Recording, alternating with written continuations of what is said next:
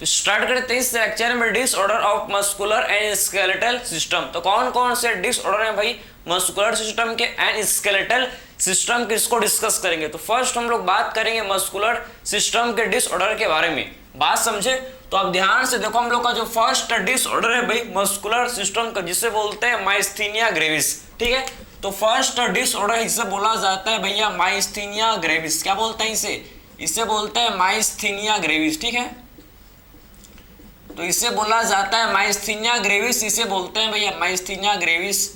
तो आखिर में माइस्थीनिया ग्रेविस क्या होता है भैया, हम लोग का ये ऑटो इम्यून डिसऑर्डर है, समझे ना। ऑटो इम्यून डिसऑर्डर, जब हम लोग के खुद का सेल, खुद का इम्यून सिस्टम, ठीक है, खुद का इम्यून सिस्टम हम लोग का क्या होता है भैया, खुद के सेल को अटैक करता है भैया, इसे बोलते हैं क्या, ऑटो इम्यून डिसऑर्डर। समझे, जब खुद का इम्यून सिस्टम खुद के सेल को अटैक करता है, समझे, घर का ही आदमी घर को मारे, ठीक, घर का ही आदमी घर के लोगों को मारे, तो क्या हो जाएगा भैया, ये हो जाएगा ऑटो इम्यून डिसऑर्डर। समझे, समझ है आपको। ठीक है, तो आपने समझ लिया कि एक्चुअल में माइस्थीनिया ग्रेविस एक ऑटो इम्यून डिसऑर्डर है। ठीक है, आपको क्या समझना है भाई, किसमें होता है क्या। ठीक है, मस्कुलर डिसऑर्डर है भाई। ध्यान से देखो, इसमें क्या होता है, जो मसल फाइबर हम लोग का जो क्या है भैया, मसल फाइबर के सरफेस में क्या होता है, एसिटाइल कोलिन का रिसेप्टर, ACH का रिसेप्टर क्या होता है भाई, प्रेजेंट होता है किसके सरफेस में, मसल फाइबर के सरफेस में ACH का रिसेप्टर क्या होता है, प्रेजेंट होता है। ठीक है, तो आखिर में क्या होता है, उसके अगेंस्ट हम लोग का इम्यून सिस्टम क्या करता है भैया, ACH रिसेप्टर के अगेंस्ट क्या प्रोड्यूस करते हैं भैया, ACH एसिटाइल कोलिन रिसेप्टर के अगेंस्ट एंटीबायोटिक एंटीबॉडीज प्रोड्यूस करता है, समझे ना। तो आखिर में हम लोग का इम्यून सिस्टम क्या करता है भैया, ACH रिसेप्टर मतलब एसिटाइल कोलिन रिसेप्टर के अगेंस्ट हम लोग का इम्यून सिस्टम क्या करता है भैया, उसके अगेंस्ट एंटीबॉडीज प्रोड्यूस करता है, उसके अगेंस्ट क्या करता है भाई, एंटीबॉडी प्रोड्यूस करता है। समझ है आपको।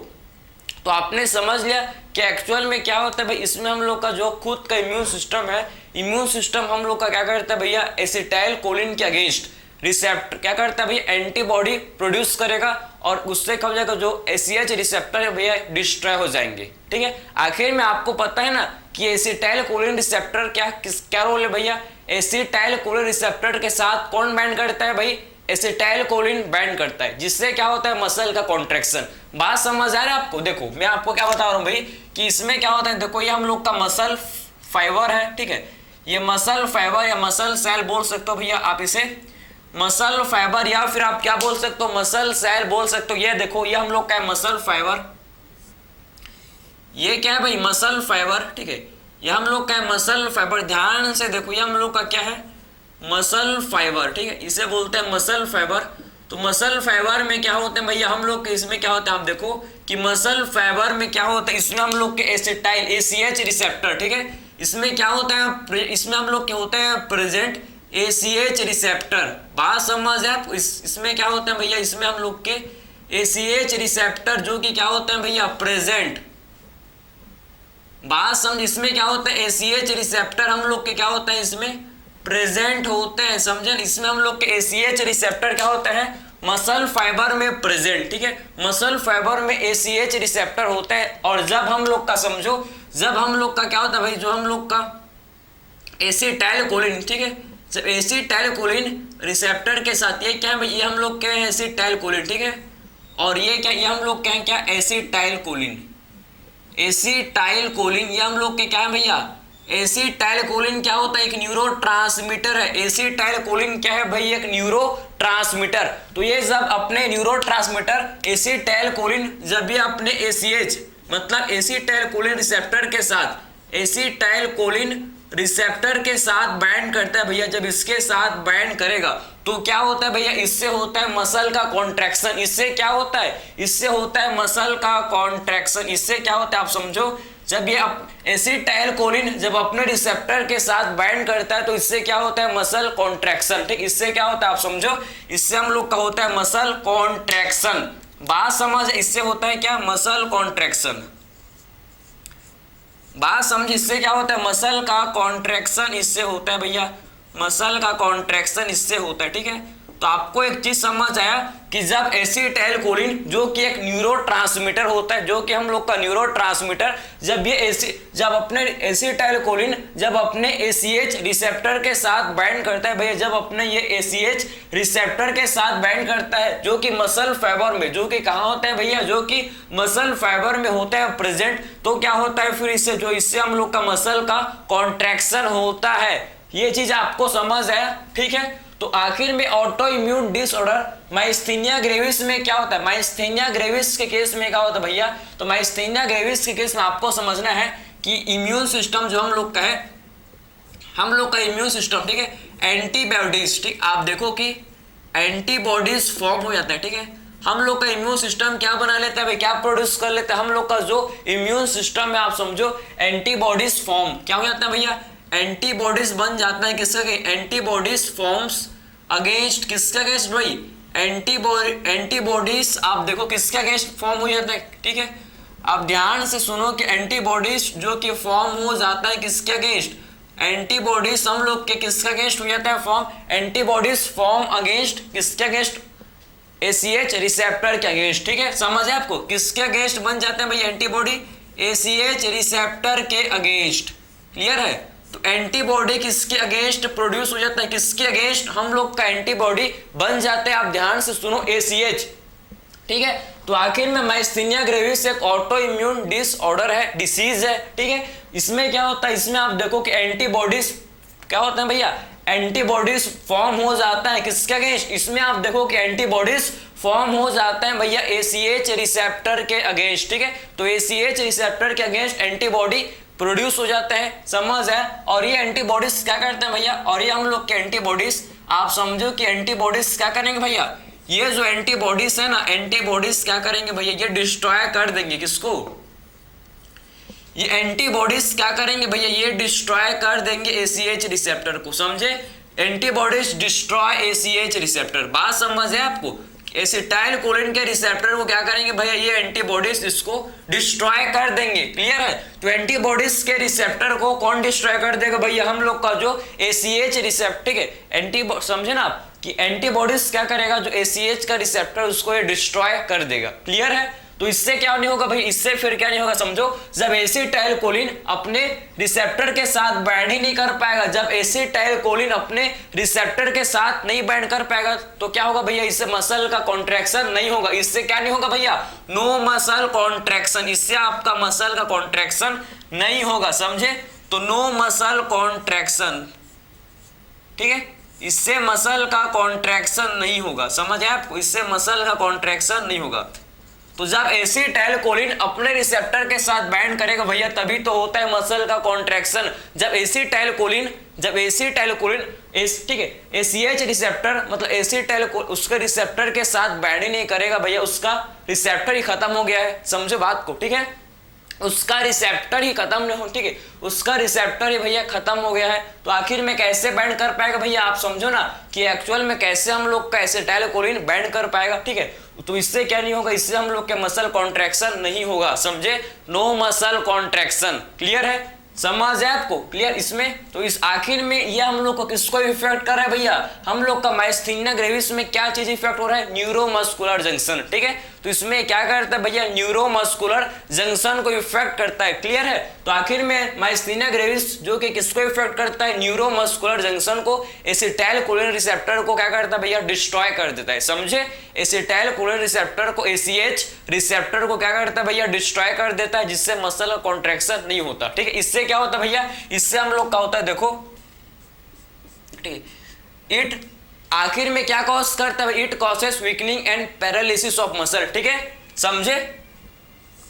तो क्या कॉज करता है भाई, causes weakening and paralysis of muscle, समझ आपको क्या कॉज करता है भैया, ये कॉज करता है कॉजेस वीकनिंग कॉज करता है भैया, weakening and paralysis of muscle, ठीक है, causes weakening and paralysis of muscle, ठीक है, weakening and paralysis of muscle, ठीक है, पैरालिसिस ऑफ मसल, बात समझे आप। तो एक्चुअल में क्या करते हैं आपको समझ है कि आखिर में क्या कॉज करता है भैया, हम लोग इसमें क्या होता है, मसल का वीकनिंग हो जाता है एंड पैरालिसिस, ठीक है। तो causes weakening and paralysis of muscle, ठीक है, समझे।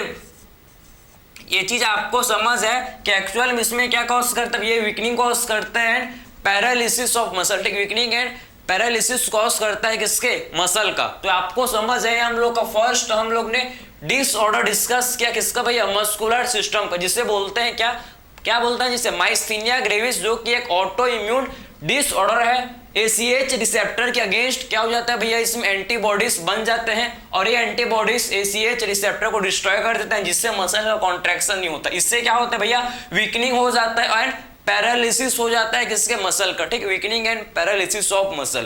तो ये आपको समझ है कि एक्चुअल में माइस्थीनिया ग्रेविस क्या होता है, ठीक है। इसके बाद हम लोग का नेक्स्ट डिसऑर्डर है जिसे बोलते हैं क्या, जिसे बोला जाता है भैया मस्कुलर डिस्ट्रॉफी, ठीक है। तो चलो देखते हैं भैया, ये चीज आपको समझ है, ठीक है। तो अब नेक्स्ट देखेंगे मस्कुलर डिस्ट्रॉफी, मस्कुलर डिस्ट्रॉफी, ठीक है। तो अब इसके बाद देखते हैं मस्कुलर डिस्ट्रॉफी, जो कि इंपॉर्टेंट है भाई, जो कि हम लोग का क्या इंपॉर्टेंट है, ठीक है। तो नेक्स्ट डिसऑर्डर मस्कुलर डिस्ट्रॉफी, चलो भाई। तो आई होप आपको ये समझ आए कि एक्चुअल इसमें क्या होता है, इसमें आपको कोई भी डाउट नहीं आया होगा, ठीक है। इसमें आपका सारा कॉन्सेप्ट क्लियर हो गया होगा, ठीक है। तो हम लोग का जो नेक्स्ट डिसऑर्डर है, डिसीज, जिसे बोलते हैं क्या, मस्कुलर डिस्ट्रॉफी, मस्कुलर डिस्ट्रॉफी, जो कि एक हम लोग का ये भी क्या है भैया, मस्कुलर डिसऑर्डर है, ठीक है, जिसे क्या बोलते हैं, मस्कुलर डिस्ट्रॉफी, ठीक है। इसे बोला जाता है क्या, मस्कुलर डिस्ट्रॉफी, इसे बोलते हैं मस्कुलर डिस्ट्रॉफी, समझ है आपको, ठीक है। तो इसे क्या बोलते हैं भाई, इसे बोलते हैं मस्कुलर डिस्ट्रॉफी, इसको बोला जाता है क्या, मस्कुलर डिस्ट्रॉफी इसे बोलते हैं, समझ है आपको। तो इसे हम लोग मस्कुलर डिस्ट्रॉफी बोलते हैं, क्लियर। जो कि ये क्या होता है, जेनेटिक डिसऑर्डर, आखिर में क्या है भैया, ये ऑटोनोमल रिसेसिव डिसऑर्डर है। मतलब ये कुल मिला के आपको सिंपल समझो कि आखिर में क्या है भैया, ये हम लोग का है जेनेटिक डिसऑर्डर होता है, समझ है आपको, क्लियर है। तो मस्कुलर डिस्ट्रॉफी क्या है भैया, एक जेनेटिक डिसऑर्डर, ठीक, एक क्या होता है भैया, जेनेटिक डिसऑर्डर होता है, ठीक है, जेनेटिक डिसऑर्डर होता है, ठीक है, बात समझे। तो मस्कुलर डिस्ट्रॉफी जो कि क्या होता है भैया, जो कि हम लोग का क्या है भाई, देखो ये जेनेटिक डिसऑर्डर है, जेनेटिक डिसऑर्डर है मस्कुलर डिस्ट्रॉफी, क्लियर। तो आखिर मस्कुलर डिस्ट्रॉफी में क्या होता है, ये आपको समझना है कि आखिर में क्या होता है, इसमें जो हम लोग का क्या हो जाता है, समझो मसल्स है, ठीक है, जो मसल्स उसका प्रोग्रेसिव डिजनरेशन हो जाता है, समझे। इसमें जो हम लोग का मसल्स है, मसल्स का क्या हो जाता है भैया, मसल्स का इसमें प्रोग्रेसिव डिजनरेशन हो जाता है, डिजनरेशन ऑफ मसल्स, ठीक है, बात समझे। तो आखिर में मस्कुलर डिस्ट्रॉफी जो कि एक जेनेटिक डिसऑर्डर है भैया, इसमें क्या होता है, समझो, इसमें क्या होता है, प्रोग्रेसिव, ठीक है, इसमें progressive degeneration of muscle, progressive degeneration of muscle हो जाता है, समझ है आपको, क्लियर है।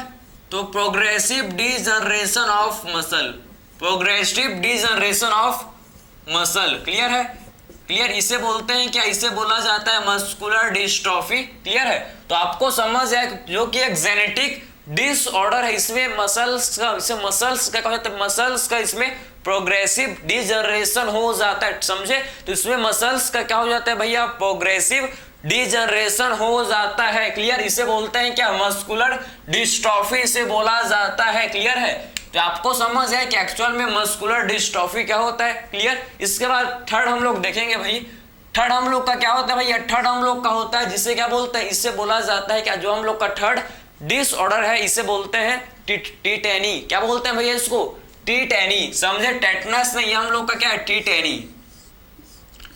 तो थर्ड हम लोग का जो मस्कुलर डिसऑर्डर इसे बोलते हैं टीटेनी। तो आखिर में टीटेनी क्या होता है भैया, टीटेनी क्या होता है, समझो, इसमें क्या होता है आपको समझना है, टीटेनी में क्यों होता है, पहले आपको समझो कि इसमें क्या होता है, जो मसल्स हैं इसका एबनॉर्मल कॉन्ट्रैक्शन, एबनॉर्मल मसल का कॉन्ट्रैक्शन होता है भैया, इसमें सडन आपका इनवॉलेंट्री, आपके कंट्रोल में नहीं होता, इनवॉलेंट्री का होता है इसमें, इन सडन एंड इनवॉलेंट्री इसमें मसल का कॉन्ट्रैक्शन होता है, समझ है, आपके कंट्रोल में नहीं होता, इसमें सडन होता है, तुरंत होता है, और इनवॉलेंट्री, इनवॉलेंट्री का मतलब है वो आपके कंट्रोल में नहीं होता, ठीक है, समझे। तो इनवॉलेंट्री का मतलब क्या भैया, ये आपके कंट्रोल में नहीं होता, समझ है आपको, क्लियर। तो आपने क्या समझा, टीटेनी क्या होता है, टीटेनी हम लोग का समझो इसमें ठीक है।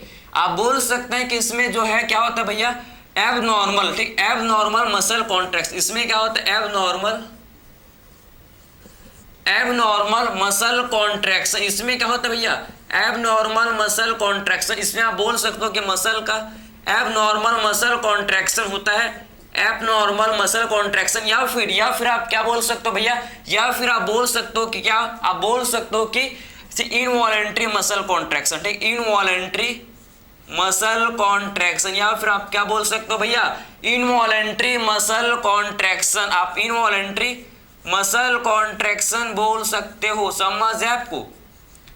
तो आप क्या बोल सकते हो भाई, इनवॉलेंट्री मसल कॉन्ट्रैक्शन, ठीक है। तो आपको समझ है कि एक्चुअल में टी10 में क्या होता है भाई, टी10 में क्या होता है आपको समझ है, इसमें एबनॉर्मल मसल कॉन्ट्रैक्शन होता है, समझ है आपको, एबनॉर्मल मसल कॉन्ट्रैक्शन होता है, या बोल सकते हो आपकी इनवॉलेंट्री क्या होता है भैया, मसल का कॉन्ट्रैक्शन होता है, ठीक है।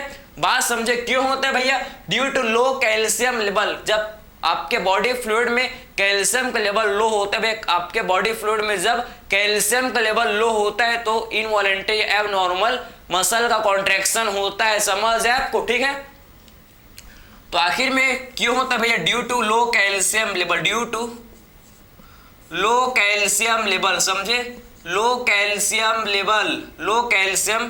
लेवल इन बॉडी फ्लूइड, किसमें भैया, बॉडी फ्लूइड में जब कैल्शियम का लेवल लो होता है, जब बॉडी फ्लूइड में कैल्शियम का लेवल लो होता है तो इससे क्या होता है भैया, टी10, इससे क्या होता है, इसे बोलते हैं टी10, समझ है आपको। तो बॉडी फ्लूइड में जब कैल्शियम का लेवल लो होता है भैया तो इससे क्या होता है, इसे बोलते हैं टी10, क्लियर, ये आपको चीज समझ है, आपको क्लियर है, तो इसे बोलते हैं टी10। तो आपने अभी तक हम लोग ने मस्कुलर डिसऑर्डर को डिस्कस किया, इसके बाद डिस्कस करेंगे स्केलेटल डिसऑर्डर। तो आपने अभी तक कौन कौन से हम लोग डिसऑर्डर को डिस्कस कर, पहले हम लोग ने बात किया था ऑटो इम्यून डिसऑर्डर, जिसे क्या बोलते हैं भैया, माइस्थीनिया ग्रेविस, ठीक है, बात समझे। तो हम लोग का पहला क्या देखिए, हम लोग ने माइस्थीनिया ग्रेविस जो कि एक ऑटो इम्यून डिसऑर्डर है। सेकंड बात किया मस्कुलर डिस्ट्रॉफी, जिसमें मसल्स का डीजनरेशन, ठीक है, डिस्ट्रॉफी मींस डीजनरेशन, क्लियर है।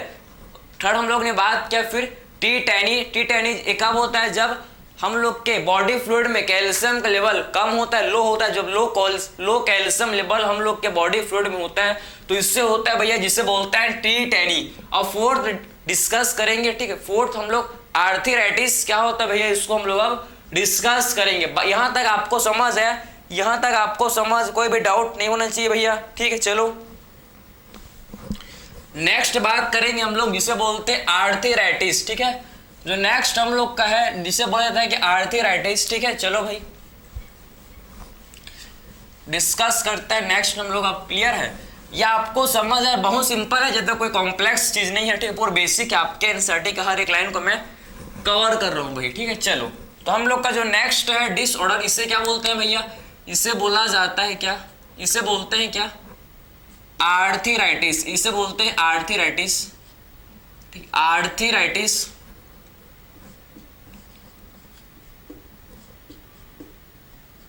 समझ है, इसे क्या बोलते हैं भैया, इसे बोला जाता है आर्थराइटिस, इसे बोलते हैं, समझ, इसे क्या बोलते हैं, आर्थराइटिस बोलते हैं। तो आर्थराइटिस का मतलब क्या होता है भैया, आर्थराइटिस इसका मतलब है क्या, इसमें क्या होता है, आर्थराइटिस में इंफ्लामेशन, किसमें भैया, ज्वाइंट में इंफ्लामेशन हो जाता है, ठीक। तो आर्थराइटिस का मतलब क्या भैया, इंफ्लामेशन इन ज्वाइंट, ठीक है, जब ज्वाइंट में इंफ्लामेशन हो जाता है भैया, इंफ्लामेशन का मतलब होता है स्वेलिंग, रेडनेस, पेन, ये सारा चीज आपका इंफ्लामेशन में होता है, ठीक है। तो इंफ्लामेशन ऑफ ज्वाइंट, बात समझे।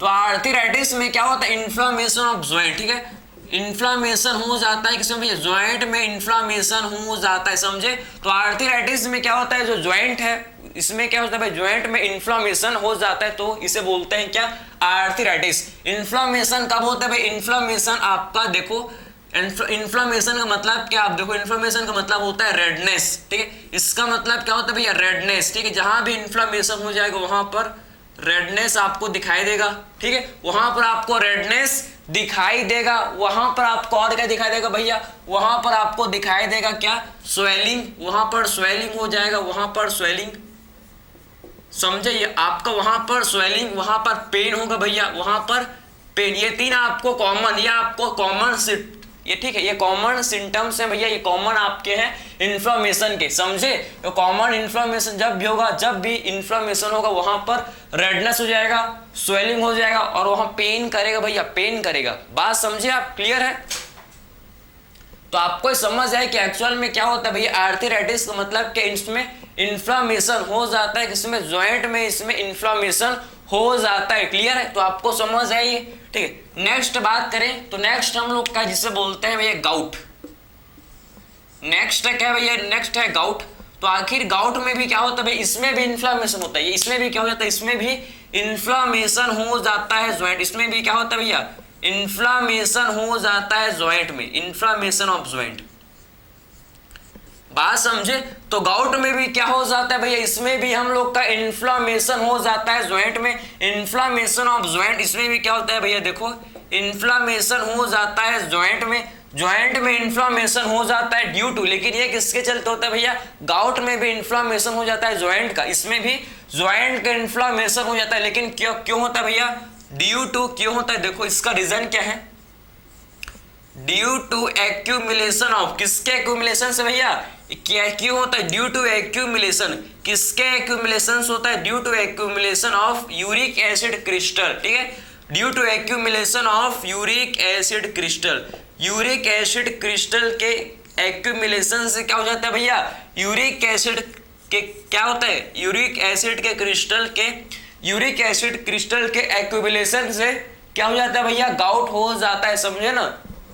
तो गाउट क्या है, गाउट इन्फ्लामेशन, इसमें भी आपका क्या होता है भाई, इसमें भी जॉइंट का इन्फ्लामेशन हो जाता है, लेकिन क्यों होता है भैया, ड्यू टू, किसके चलते होता है, समझो, जब यूरिक एसिड के क्रिस्टल का एक्यूमुलेशन जॉइंट में हो जाता है भैया, तो ये कॉज करता है क्या, इन्फ्लामेशन, समझे। तो यूरिक एसिड क्रिस्टल का जब जॉइंट में यूरिक एसिड क्रिस्टल का जब एक्यूमुलेशन हो जाता है, तो आखिर में क्या कॉज करता है भैया, ये कॉज करता है इन्फ्लामेशन, ये जॉइंट में इन्फ्लामेशन को कॉज करता है, समझे। तो ये जॉइंट में क्या करता है भैया, इन्फ्लामेशन को कॉज करता है। तो आपको समझ है, जब भी यूरिक एसिड का क्रिस्टल एक्यूमुलेट हो जाएगा भैया जॉइंट में, तो ये क्या कॉज करेगा, हम लोग का ये कॉज करेगा भैया इन्फ्लामेशन, ठीक है। इसे बोलते हैं क्या, इसे बोलते हैं गाउट। तो आपको डिफरेंस समझ है, नॉर्मल आर्थराइटिस एंड गाउट में क्या डिफरेंस है, ये आपको समझ है। आर्थराइटिस का सिंपली मीनिंग है भैया इन्फ्लामेशन जॉइंट का, ठीक है। जब जॉइंट में इन्फ्लामेशन हो जाएगा तो इसे क्या बोलेंगे, नॉर्मल, इसे बोलेंगे हम लोग आर्थराइटिस। लेकिन जॉइंट में इन्फ्लामेशन हुआ किसके चलते भैया, जब जॉइंट में इन्फ्लामेशन हो जाएगा एसिड, यूरिक एसिड क्रिस्टल के चलते, तो इसे बोलेंगे क्या, इसे बोलेंगे हम लोग गाउट, ठीक है। तो आपको समझ है। एंड लास्ट हम लोग का जो डिसऑर्डर है इसे बोलते हैं ऑस्टियोपोरोसिस, ठीक, उसको देखें क्या, चलो। तो लास्ट हम लोग का जो डिसऑर्डर है जिसे क्या बोला जाता है भैया, जिसे बोलते हैं ठीक, ऑस्टियोपोरोसिस, जिसे बोला जाता है ऑस्टियोपोरोसिस, जिसे हम लोग बोलते हैं, ठीक है। चलो भैया अब देखेंगे हम लोग, लास्ट हम लोग का जो डिसऑर्डर है इसे बोलते हैं ऑस्टियोपोरोसिस, इसे बोला जाता है, समझे। तो देखो हम लोग का है, इसे बोलते हैं ऑस्टियोपोरोसिस, ऑस्टियोपोरोसिस। तो आखिर में ऑस्टियोपोरोसिस क्या होता है, ऑस्टियोपोरोसिस आप देखो, तो ऑस्टियोपोरोसिस क्या होता है भैया, इसको डिस्कस करेंगे, ऑस्टियोपोरोसिस, ठीक है। ऑस्टियोपोरोसिस आप देखो कि एक्चुअल में ऑस्टियोपोरोसिस क्या होता है भैया, इसको आपको समझना है, ठीक है। तो आखिर में इसमें ये एज रिलेटेड डिसऑर्डर है, ठीक है। आखिर में पहला पॉइंट आपको क्या समझना है कि ऑस्टियोपोरोसिस जो कि क्या होता है भैया, हम लोग का एज रिलेटेड डिसऑर्डर है, एज रिलेटेड डिसऑर्डर होता है, जिसे बोलते हैं क्या, ऑस्टियोपोरोसिस, ठीक है।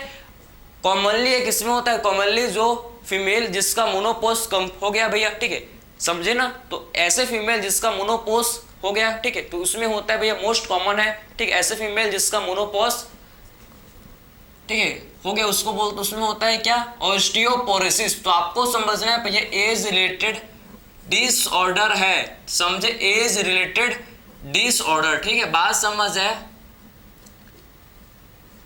एज रिलेटेड डिसऑर्डर होता है भैया, जिसे बोलते हैं क्या, इसे बोला जाता है ऑस्टियोपोरोसिस, समझे। तो आखिर में ये एज रिलेटेड डिसऑर्डर है, समझे ना, एज रिलेटेड डिसऑर्डर, ठीक है, ठीक। तो आखिर में मोस्ट कॉमन किसमें होता है भैया, मोस्ट कॉमन इन फीमेल, ये मोस्ट कॉमन होता है फीमेल में आफ्टर मोनोपॉज। किसके बाद भैया? मोनोपॉज के बाद ये मोस्ट कॉमन होता है फीमेल में। तो मोस्ट कॉमन इन फीमेल ये आप हम लोग का, ठीक है। ऑस्टियोपोरोसिस क्या होता है भैया? मोस्ट कॉमन होता है किसमें? ये मोस्ट कॉमन होता है किसमें? फीमेल में आफ्टर मोनोपॉज, ठीक, आफ्टर मोनोपॉज, ठीक है। मोनोपॉज के बाद ये मोस्ट कॉमन होता है भैया फीमेल में, समझ है आपको? आफ्टर मोनोपॉज, ठीक है, बात समझे?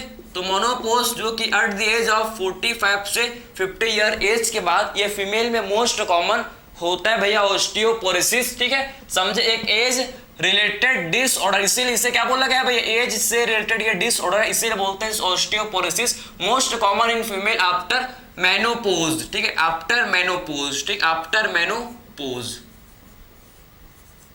मेनोपॉज किसे बोलते हैं भैया? जब फीमेल में मेंस्ट्रुअल साइकिल स्टॉप हो जाता है, ठीक है, तो इसे बोला जाता है भैया मेनोपॉज, समझे?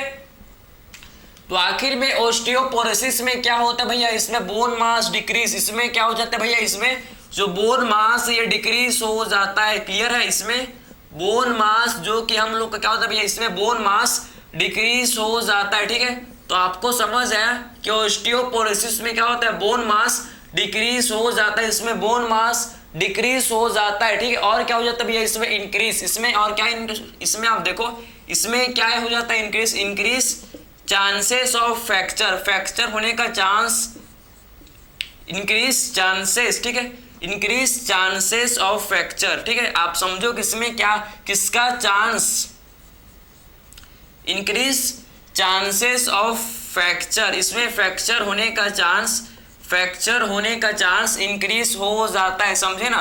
तो फ्रैक्चर होने का चांस इसमें क्या हो जाता है भैया? फ्रैक्चर होने का चांस मोनोपॉज के बाद, जब आप समझो फीमेल के अंदर क्या होता है भैया? बोन मास डिक्रीज, इसमें आपको ऑस्टियोपोरोसिस में बोन मास डिक्रीज हो जाता है और क्या चांस?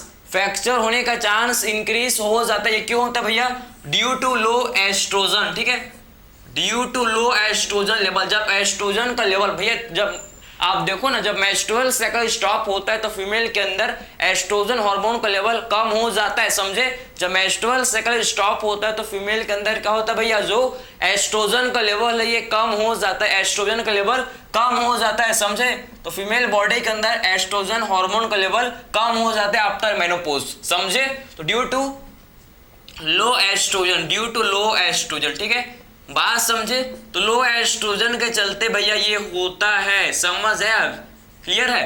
तो अगर जब देखो, जब फीमेल को मेनोपॉज आता है, जब फीमेल मेंस्ट्रुअल साइकिल स्टॉप होता है तो फीमेल के बॉडी के अंदर क्या होता है भैया? आप देखो एस्ट्रोजन का लेवल कम होता है। एस्ट्रोजन भैया बोन, ठीक है, आप समझो कि बोन मास को मेंटेन करके रखता है भाई, ठीक है। जैसे ही एस्ट्रोजन का लेवल फीमेल के अंदर कम हुआ, आप समझो कि बोन मास डिक्रीज हो जाता है भैया, बोन मास डिक्रीज, और क्या, किसका चांसेस? फ्रैक्चर होने का चांसेस इंक्रीज हो जाता है भैया। मेरी नानी, ठीक है, जिसका एज अभी मोर देन 50 ईयर है, ठीक है, उसमें कम से कम उसको 4 से 5 बार उसका जो है हाथ या कहीं पर भी फ्रैक्चर हो ही गया, ठीक है। कभी ये फ्रैक्चर हो जाता है, कभी ये फ्रैक्चर, ठीक है, हल्का से भी गिरती है तो फ्रैक्चर, हल्का से भी गिरती है तो फ्रैक्चर। बात समझ आए तो आप समझ सकते हो कितना मतलब, ठीक है, बोन कितना उनका मतलब वो, क्योंकि भाई क्योंकि बोन मास डिक्रीज हो गया है और फ्रैक्चर होने का चांस बढ़ गया है। बोन का क्या हो गया भैया? डीमिनरलाइजेशन, सही तो भाई, कहीं भी गिरेगी, ठीक है, हल्का से भी तो फ्रैक्चर, ठीक, कम से कम 3 से 4 बार तो हो गया मिनिमम। बात समझे? क्लियर है? तो आपको समझ आ चुका भाई कि एक्चुअल में ऑस्टियोपोरोसिस में क्या होता है, ये आपको समझ है, ये आपको समझ है कि ऑस्टियोपोरोसिस में क्या होता है भैया? इसमें बोन मास डिक्रीज हो जाता है भैया और फ्रैक्चर होने का चांसेस इंक्रीज, क्योंकि एस्ट्रोजन का लेवल आफ्टर मेनोपॉज, एस्ट्रोजन का लेवल फीमेल बॉडी के अंदर कम हो जाता है, समझे? तो फीमेल बॉडी के अंदर जो एस्ट्रोजन का लेवल है आफ्टर मेनोपॉज ये कम हो जाता है। तो ये आपको सब देखने को मिलेगा। बात समझ है आपको? तो ये आई होप ये आपको समझ है कि एक्चुअल में ऑस्टियोपोरोसिस का होता है। हम लोग ने सारे के सारे डिसऑर्डर को डिस्कस किया, किसके भैया? इस मस्कुलर एंड स्केलेटल सिस्टम के, ठीक है, समझ है आपको? हम लोग ने सबसे पहले बात किया था क्या? मस्कुलर, सबसे पहले myasthenia gravis auto immune disorder, फिर बात किया मस्कुलर डिस्ट्रॉफी जो कि हम लोग का क्या भैया? Genetic disorder. फिर हम लोग ने बात किया टीटेनी, लो कैल्शियम लेवल के चलते जब बॉडी फ्लूइड में लो कैल्शियम लेवल होता है तो T10 ही होता है। फिर हम लोग ने बात किया था आर्थराइटिस, इन्फ्लामेशन ऑफ जॉइंट, ठीक है।